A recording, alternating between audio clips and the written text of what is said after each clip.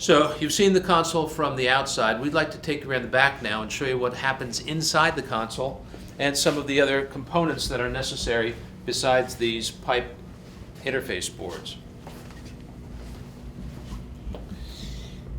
Surprising thing about this console is that it's largely empty. Well, there's lots of stuff going on in here, but compared to a lot of our other products, the console is mostly empty space. Why is that? Well, in this case, the console is going to be very far from the places in the church where the sound emanates. The console will be down front.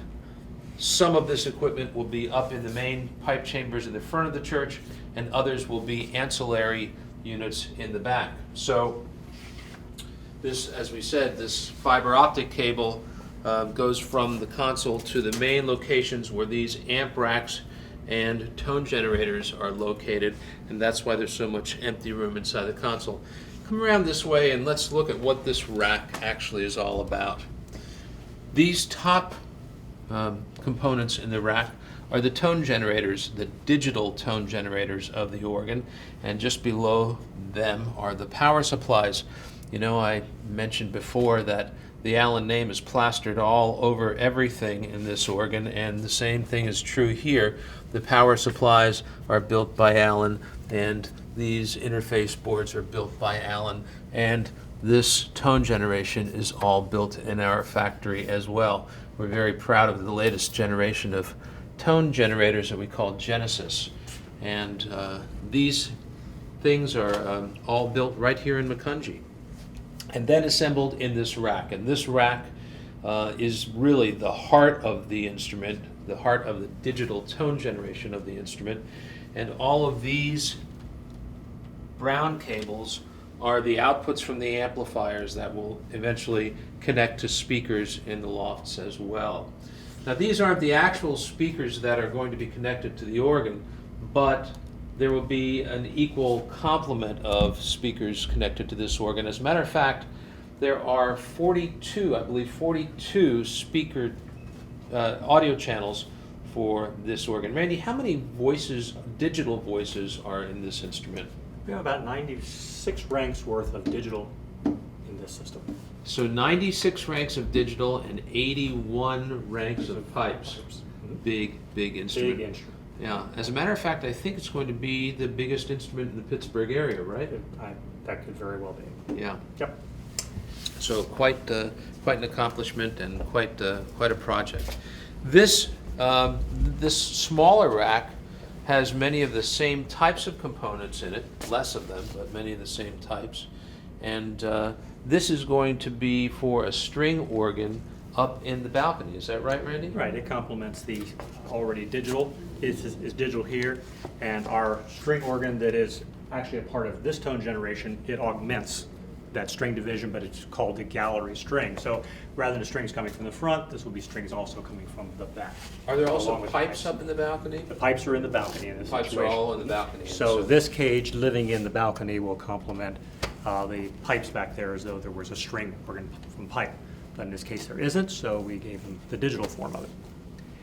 I think it's interesting that, you know, we have this term Genesis, and for us in the technical side of it, it is really a whole system of protocol that we're very proud of now. If you notice, you've seen these blue cables we were talking about with the interface.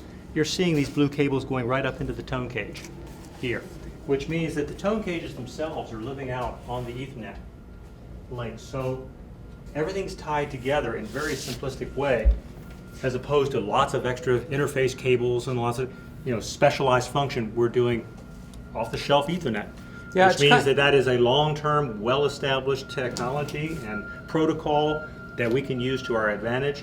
It simplifies wiring. As you can see, going from the console to the back we discussed, it's just a fiber link, and that's all that's going to go back, and actually takes care of power control as well. There are a couple smaller modules you may have noticed is up in here.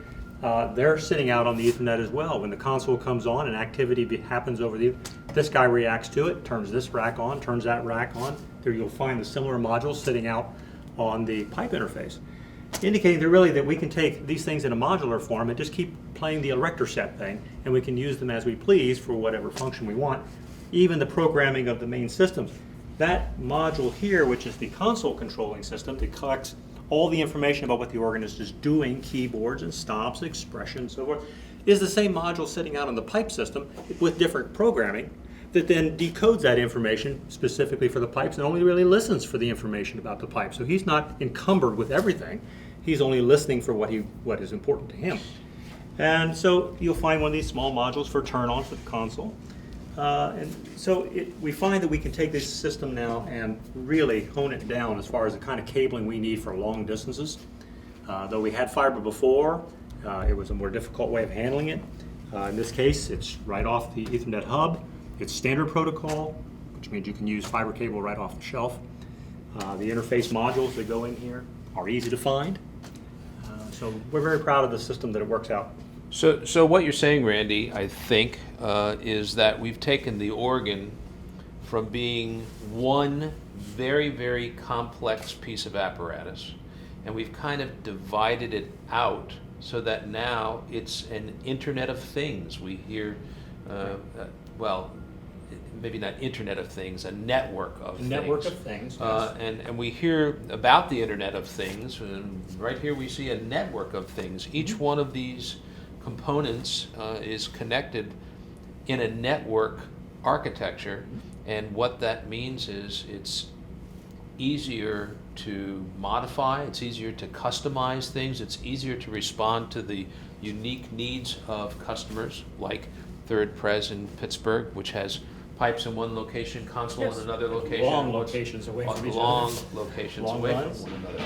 That's really exciting. You don't want big piles of wires going long runs. You have a lot of immunity against noise and that sort of thing. Long distances, the longer they go, if you want to go to fiber, you can go 3 blocks down the road if you want to. Yeah, You know, that's cool. it doesn't really matter.